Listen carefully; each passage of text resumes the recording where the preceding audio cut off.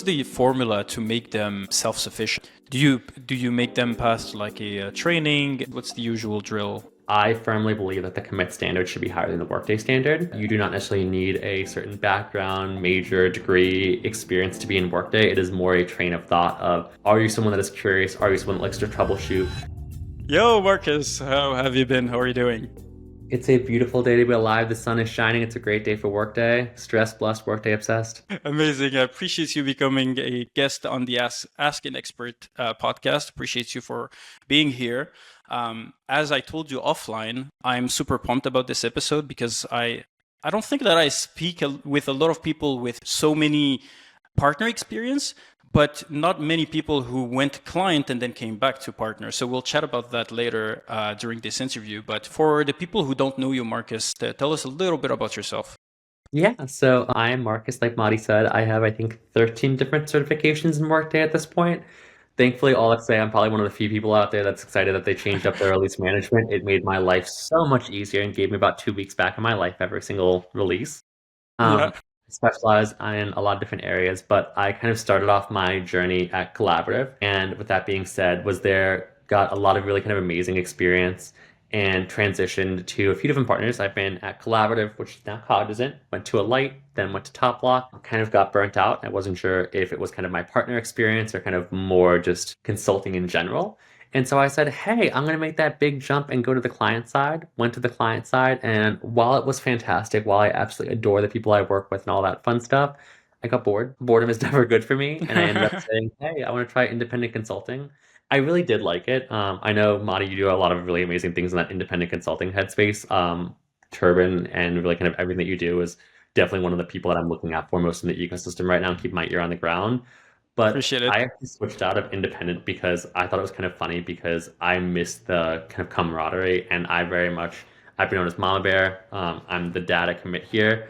But all that to say is like I miss that kind of camaraderie, helping other resources grow. And while I did kind of have that knowledge base and the functional understanding to be self-sufficient with me, I kind of missed being able to like elevate those around me, if that makes sense. Mm-hmm.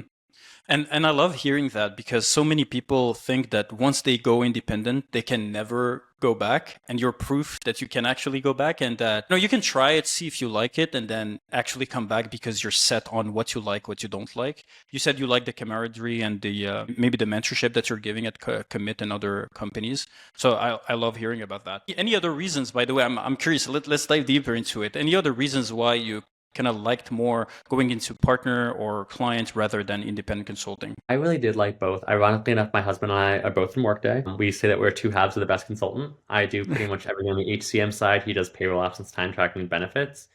But all I say is like we both went independent for a while. It was a lot of fun, but we just kind of missed as bad as it sounds, more chaos on the partner side. Yeah. You've been there, I've been there. I love the idea and kind of at least where Commit's at right now of like I get to kind of build out something magical and meaningful on a bigger scale. Like it's bigger than kind of just me. Mm-hmm. Independent. I love what I did. I love the clients I got to work with, but at the end of the day, it was kind of a start and stop to say, Yeah. hey, now that your problem is solved, I can kind of move on. A lot of people love that. And like no shame if Yeah. that's kind of what you love or what your kind of passions are. I missed kind of that bigger infrastructure of kind of putting together all the pieces in the puzzle. It really depends on the projects in my experience. There are projects where I'm like, I don't want to leave. Like the people are so great and I enjoy the work every day. And other projects, I'm like, I can't wait. I can't wait until it's finished. So I guess you're right for sure. Since you've had the experience with like, I don't know, like 3, 4 partners? What?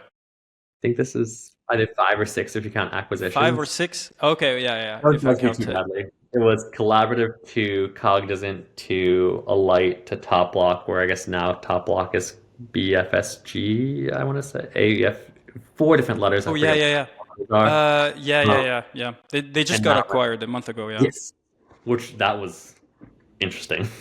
Yeah. Well, okay. So tell me, what is the main difference between all of these partners? I've had like 2 partner experience. You've had 6. What is the main difference between all of them? What do you recommend for someone who's on the client side who's looking to go into a partner? I think it's important that no matter what the partner is, and once again, I am very happy at Commit. I think we're doing some really good stuff. Is like every partner says, oh my God, this is why we're so unique. This is why we're the best partner out there. But at the end of the day, like, for most of us, like we're all working in Workday. So like what truly does make you different? What truly does make you unique as an AMS partner and kind of can you speak to that skill? Because, for example, some people say, hey, we want a very, very tight budget and we need to get this done quickly. And that might be a different partner for you versus we kind of want a more white glove experience, a more tailored experience. Neither Hmm. one is necessarily right or wrong, but kind of thinking hey, if this project goes perfectly according to my brain, what I want, what does that kind of end result look like? And I think it's really important, especially kind of as you interview partners, as you talk to partners, like ask to speak to their functional resources. There's nothing wrong with that. Yeah. It's great to speak to salespeople, but said with love, at the end of the day, they're just salespeople.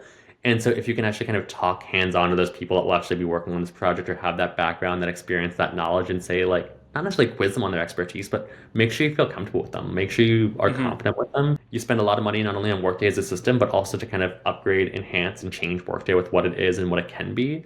So making sure you kind of get that best value out of your money because Workday is an expensive tool. I always say Workday should work for you. You shouldn't have to work for Workday, if that makes sense.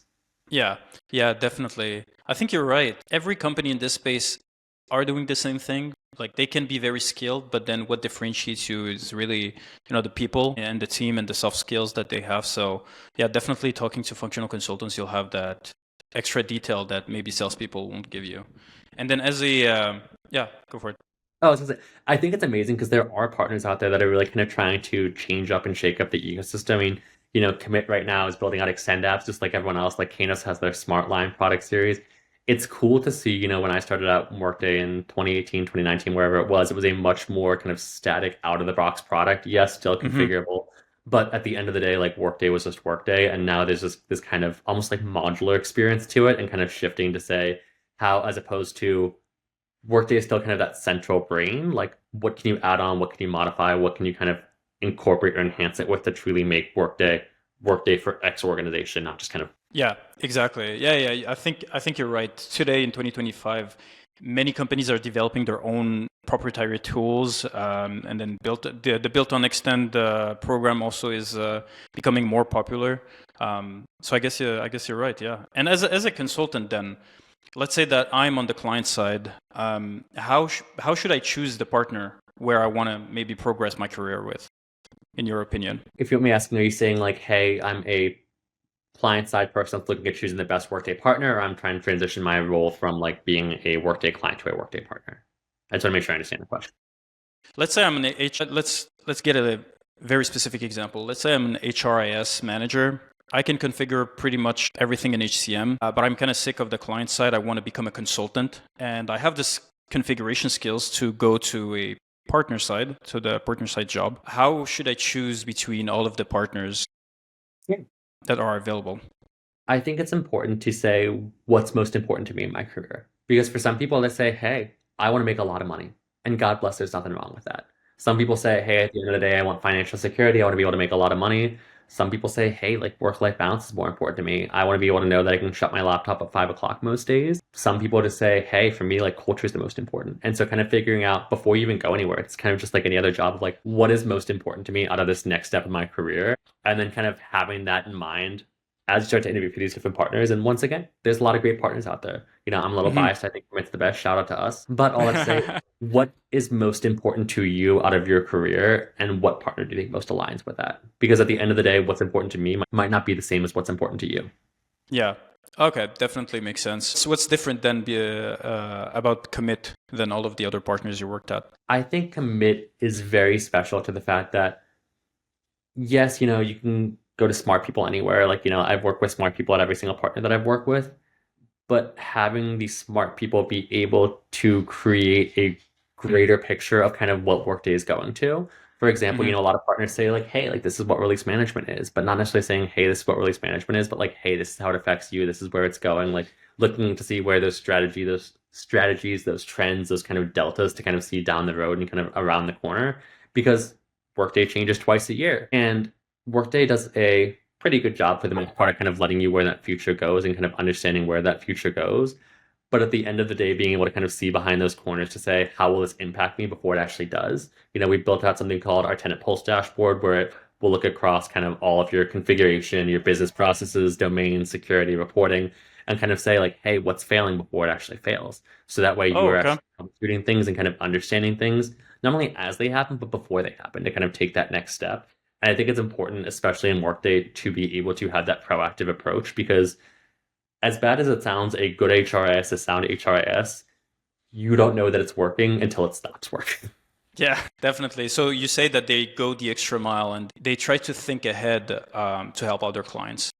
Exactly. And like we very much try to kind of put ourselves forward, network ourselves. And, ultimately today, like, yes, we are Workday consultants, but like we will tell you those kind of out of the box solutions and those kind of things that, hey, like this isn't necessarily what this functionality is built for, but we've seen a lot of clients be really successful with this, or kind of trying to be able to transform how people look at Workday and kind of just standard functionality into ways that people never thought about doing it before. Like, for example, there's an Extend app on the marketplace right now all around employee offboarding, and we were able to kind of capture a very similar thing using HCM and kind of core HCM and kind of some more unique out of the box features and saying like, hey, we can do all these same great things, but just with kind of out of the box functionality, modifying that out of the box functionality. So it's accomplishing the same thing at a fraction of the cost. Okay, cool. And do you think that you like Commit because of Commit or because of the level of skills that you've acquired through all of these years? It was kind of like the right time for you to join an organization like Commit. Let's say that you joined Commit maybe 4 years ago. Do you think that you would have the same experience or would it be the same thing? I think Commit's still a baby partner. Commit's actually only about a year old, and it's so crazy to say that at a year, we're already over 100 people. We have over 100 we have not only 100 consultants plus, but we also have over 100 clients. I think it's cool because for the first time in a while in my career, and like I say this with love and respect towards anyone I've ever worked with, I feel dumb, and I almost love that feeling because I'm Yeah. being challenged to look at things as opposed to, hey, I was always the person that helped other people out, or I was kind of the de facto subject matter expert. I am challenged by people that I would argue are smarter than me on a daily basis, and I love that. Like I love the fact that I get to work with some of the best and brightest people that I've had the chance and opportunity of working with. I like that because as a consultant, we always like to try and appear like we know everything. How did you come at peace knowing that you don't know everything and that you rely on others to help? I think the best and most terrifying thing of Workday is the fact that, to your point, like you're never going to know everything. Yeah. I said this earlier, like I think I have 13 certifications. I probably know on a good day 40-50% of what Workday offers. Like Hmm. those certifications are such a kind of good backbone or foundation, but being able to make that piece and saying, while I don't know everything, I can either work with somebody that does know this, or maybe has worked with this before, but ultimately I also have that ability to dig in, to troubleshoot, to engage. And, for example, I'm in charge of our new hire practice too. I bring in these lovely little baby analysts into the Workday ecosystem for the first time. And one of the things I always tell them, and like they're very early on in their career, is you're never going to know everything. It's great. It's great to troubleshoot. It's great to kind of pick it apart. And it's almost like, puzzle where, especially when I'm interviewing people, like if you are the type of person that's always used to knowing everything, being comfortable being the smartest person in the room, and saying, well, I know everything because I came from this background, I knew everything, Workday isn't for you. Like you have to be kind of comfortable being uncomfortable and being able to be comfortable with that researching, that troubleshooting, and being able to kind of take stuff that isn't normal or isn't kind of, hey, the same copy paste A, B, C, D, and say, hey, what do you need? Let's take Workday out of this. Like, what would make your role more successful? Yeah, definitely. Internally, I know that I will never know every part of Workday. But when I meet people like you who are definitely smarter than me with like 13 certifications, etc., I'm like, man, I'm lagging behind. But then, to each its own like module and expertise, etc. Like I'm very, very specific to absence and time, as I told you before. Thank But God. you told me you have issues with like calculations and accruals and everything, right? My husband does payroll absence time tracking, and I'm like, so what's the payroll downstream impacts of this? And I will just yell upstairs because he works at Commit too. And I'm like, hey, Yeah. I need you up on this call. Like, I can do a lot of things well in Workday. Pat is not one of them. Wait, you both worked at Commit as well? We both work at Commit. He's our practice area leader for our Pat practice. I do a lot of like the Nice. HCM side of things. So it's nice because like clients will be like, who is this random stranger? I was like, it's okay. He works here. Don't worry. It's good. Oh, nice, nice, perfect. Well, you said he's a practice leader. How is it different from what you do? Because on LinkedIn, your official title is like talent development manager. So what's the main difference? So we have kind of our different practice areas. So very similar to like, for example, we have like TRL, which is talent recruiting and learning. He's in charge of Pat, integrations, financials, and those are kind of those more like key stakeholders of kind of more experienced resources. Hey, like I want to kind of go in this trend, go in this path versus I get these fantastic, wonderful babies that are either out of a new career change, fresh out of college, something that says like, hey, I want to go to Workday for the first time. And Hmm. like I always tell people like, I teach them to kind of crawl to walk and he or like the other practice leaders kind of do that a walk to run versus I give them that really kind of good in-depth foundational knowledge to make them a self-sufficient resource. But like we just said, I don't know payroll. I'm so happy I don't know payroll. And so he will kind of work with them and kind of the entire team really, because he has a team of about 15 people to say, how can I help you Hmm. progress your career, get that more in-depth knowledge that, for example, Marcus is just there to get you self-sufficient. I am there to really kind of help you hone, develop, and own your career. Okay, got it. I'm curious, by the way, about the team that you handle and making these people self-sufficient. How do you actually choose these people before they even get the job offer? Are you involved in the recruitment? Yeah, so I actually interview a lot of different people. I am a firm believer that, I was an HR major back in college, so Workday kind of makes Okay. sense to me. My best friend that also is in Workday was an anthropology major, nothing to do with Workday. And no Wow. shame, no Okay. judgment, but I am a firm believer that you do not necessarily need a certain background, major, degree, experience to be in Workday. It is more a train of thought of, are you someone that is curious? Are you someone that likes to troubleshoot? Some people just say like, hey, give me the answer. And like that works in some jobs, that doesn't work in Workday. So if you Yeah. are able to kind of be curious, kind of be inquisitive, and kind of be able to, for lack of a better term, like put together the pieces of the puzzle, you can be very, very successful despite your background, despite your knowledge. Like, for example, I have an intern that's coming on with me in 2 months that is currently in the Army. I have Okay. someone on my team that was a former pharma sales rep. Actually, ironically enough, shout out John. I have someone on my team right now that was a former NFL player. So, No like, way.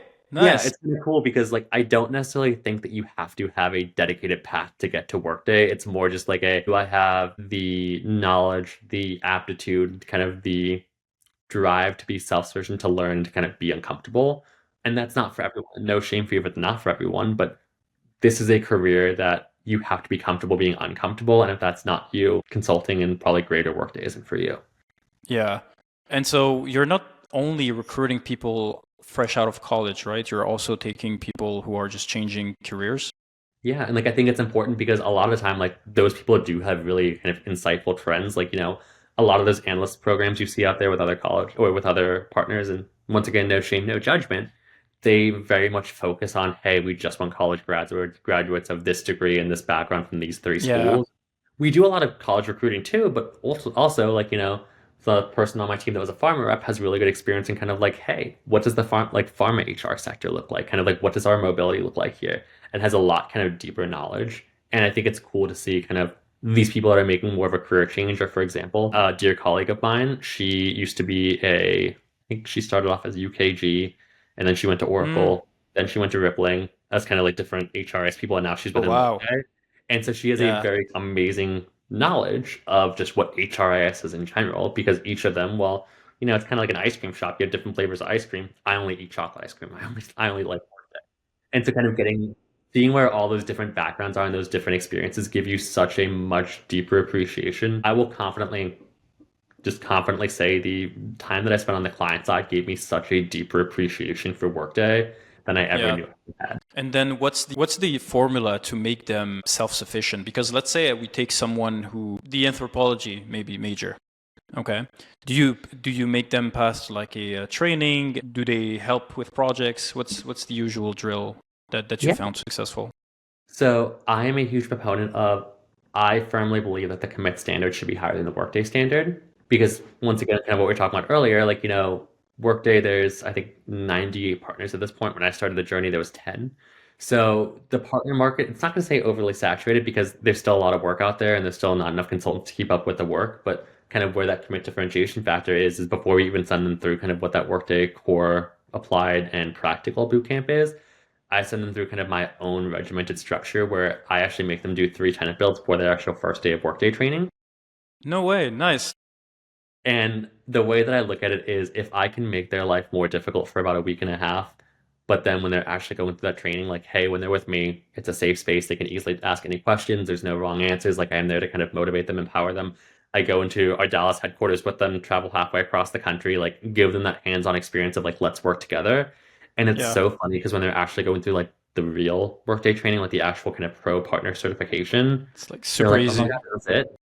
Like, It's so simple. the instructor will ask these questions and everyone else is silent, and like the people from commit are like, you just have to activate your pending security policy changes. The instructor, like, how did you know that? Like I always tell, do you watch Severance? Oh man, I need to start. Everyone keeps telling me to watch it.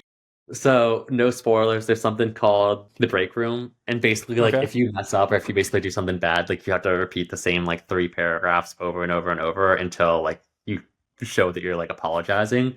And I always say like my training is almost like the break room and Severance. Why? Because I make them each, and this is not an exaggeration.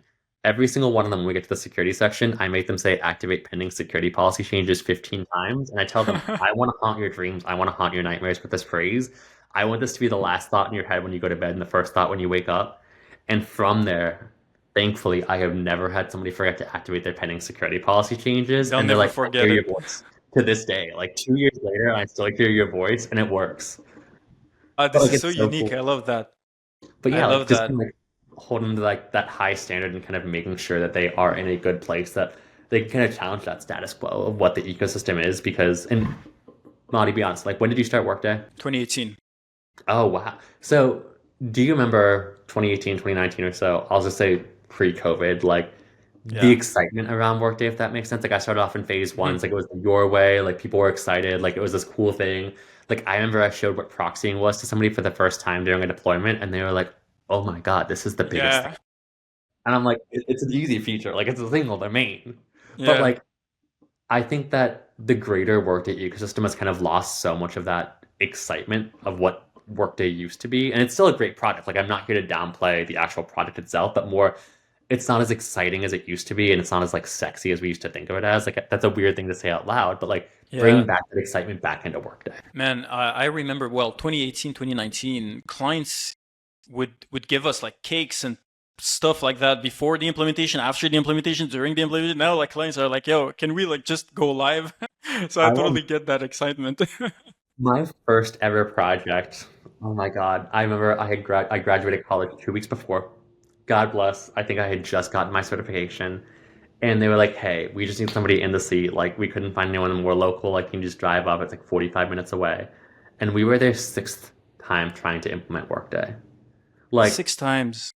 just actively trying to get across that finish line of they could not like move. Like, they had been through, I think, four different partners at that point, just trying to go live on Workday. Meanwhile, I just Man. graduated college like a month before, and I'm like, I have no idea what I'm doing.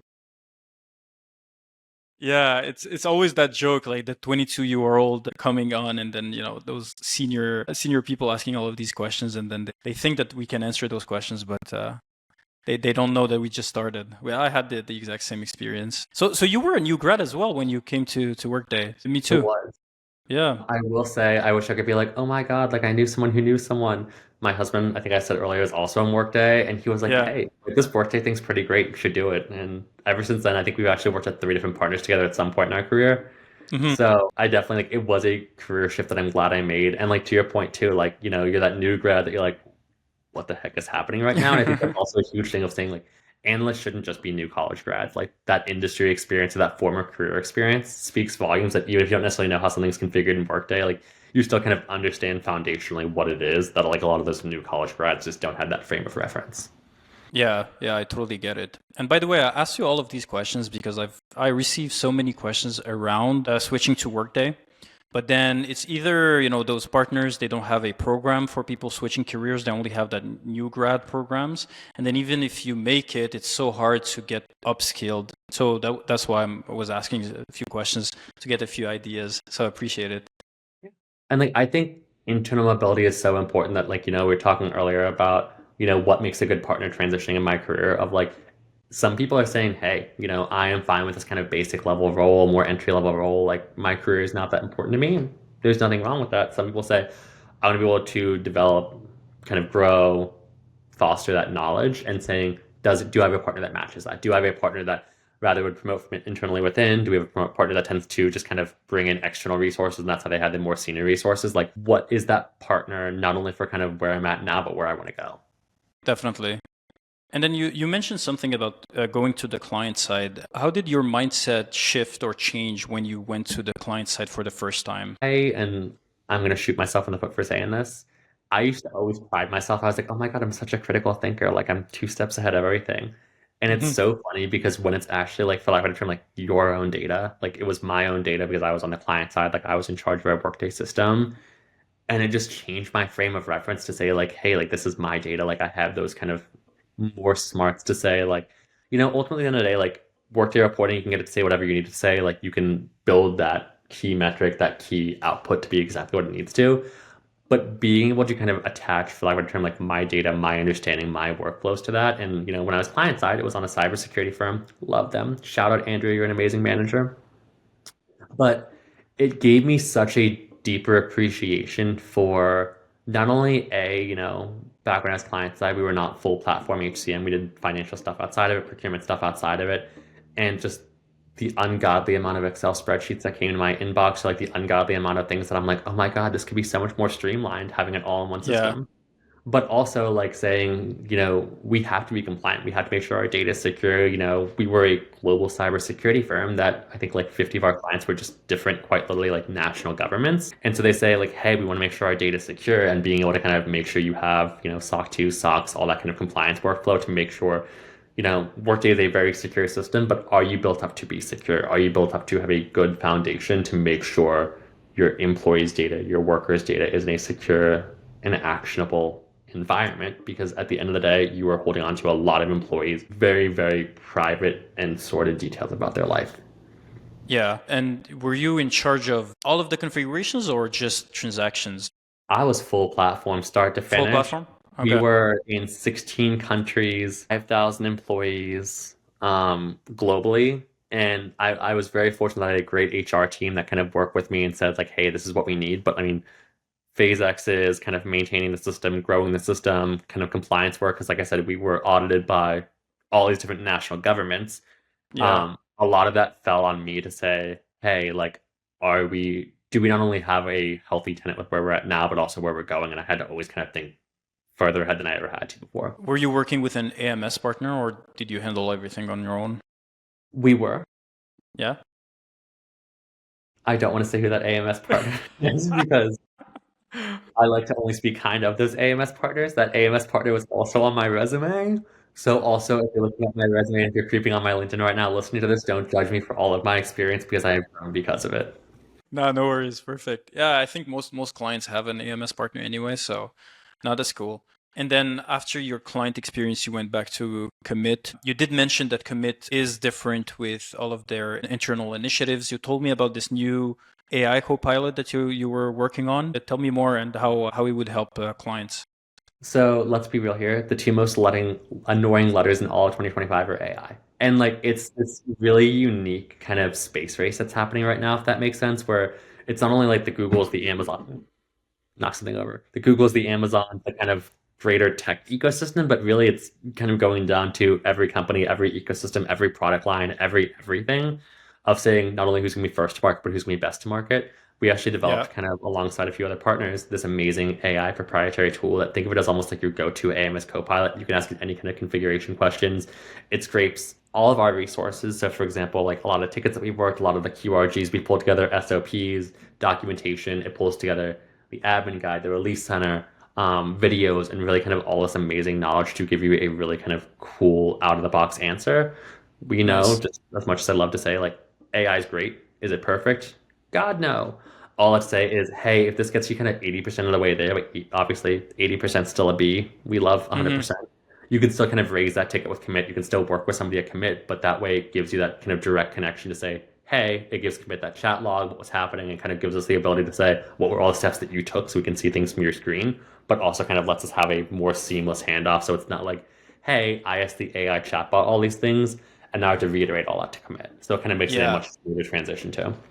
Okay, so I love the flow. Are you going to teach clients using that like prompt engineering? Because if they don't ask the right question or if they don't formulate it the right way, they won't get the help that they need. Do you have a plan for that, or what do you think about it? Ironically enough, I'm on the kind of flip side of things where, yes, you want to be able to like teach a client to use a tool. And I'm a firm believer that like, hey, you know what, you need to have the client be able to use the tool. But if you are paying this premium, or if you are understanding this premium to be kind of on the more forefront of AI engineering, oh my gosh, that sounds so fancy. The AI tool, commit AI in this case, should be working for you. You shouldn't have to kind of Yeah. return your narrative. So kind of as opposed to saying, hey, I want to teach the client to be able to give those effective prompts. What are those effective prompts that we would tell the client? And let's kind of make that a wider net for commit AI. So for example, if you ask like things like, what's new is in this, or if it sees like 2025, it'll automatically kind of sort to say, hey, release management stuff should be higher. So kind of taking that prompt engineering and building it more into that back end of commit AI as opposed to the front end of saying, hey, if you want this result, search for this. Oh, okay. I see. So, okay, let's go over a normal flow. I'm a commits client. I would log in, I would try to troubleshoot my issue on my own using the AI Copilot. And then if I don't find the answer that I'm looking for, I can just raise a ticket so that a consultant can be assigned to my case. Exactly. And the really cool thing too is like as it kind of prompts back with these responses and you can kind of follow up very similar to like a GPT interface. Yeah. It gives you all those sources so you can easily pull up, hey, this is the admin guide article that was pulled up. This is the community article. And it's great, like all those sources are there, but you can easily kind of click that raise ticket button. It summarizes the conversation, directly goes to us and kind of our interface. We get it paired up with the resource really quickly, and it kind of Nice. continues on that relationship. It's almost like you're passing the baton, not starting the race again. And I mean, Okay. Mahdi, you know as well as I do, I love community. I've learned so much. The user interface and searching in it's garbage. So kind Yeah. of bringing the information, like the whole point where at least I've been here at some point in my career. I'm assuming you have magical ethereal listener. If you're out here listening, you probably have too. Of like you've been in community, you're searching for this one like really really unique nugget that you're like it has to Hmm. exist. Like my problem can't be that unique. You're on probably page 19 of community at this point, just trying to find that one random article. Just it's 2 in the morning. You just need this done. So like as opposed to having to kind of spend that time, that effort, that mental capacity searching for that, what if the information came to you instead? Yeah. My issue with community is also when I'm on page 20 after 19 and I find the exact question that I have, but then there's no answer. And then I just snap. And then you just cry. And then you're like, you know what, this is a tomorrow problem. Yeah, I swear. Okay, so, sounds very exciting. To me, it's just weird that Workday didn't develop an AI itself for their community. Sounds like it's not a big issue for them right now, so it's good that the partners are building it for their clients at least.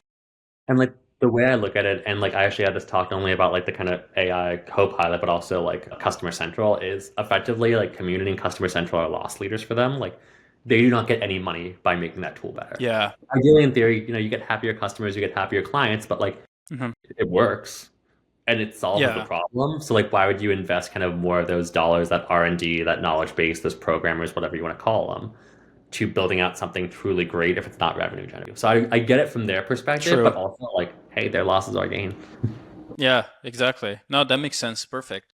Okay, with everything going on, then what's next for you, Marcus, at Commit and beyond? I kind of think my next steps are just, I said this briefly earlier. I think Workday is a fantastic system. I don't just say that because I've made my career in it, but I've worked with a few other HRISs. I've seen the good, the bad, the ugly.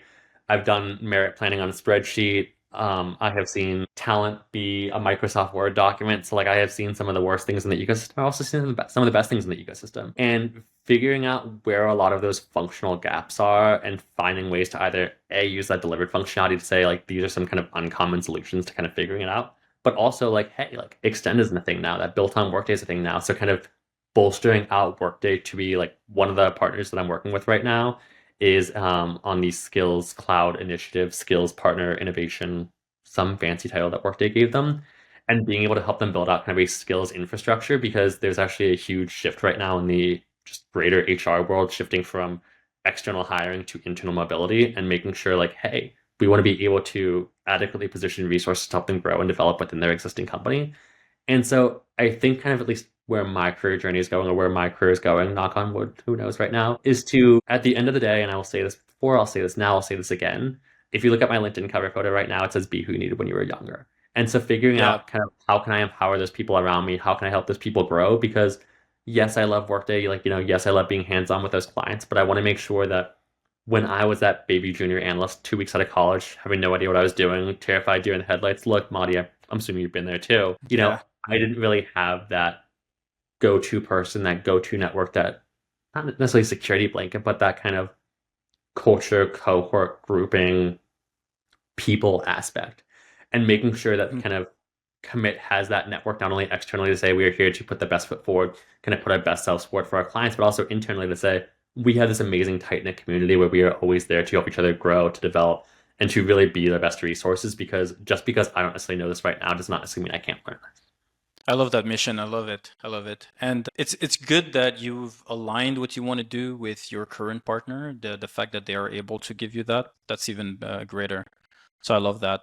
You're more focused on the mission rather than the actual steps, which I find very interesting. I think that that's the best way to go about it, because the actual steps you'll never know, right? We don't read the future.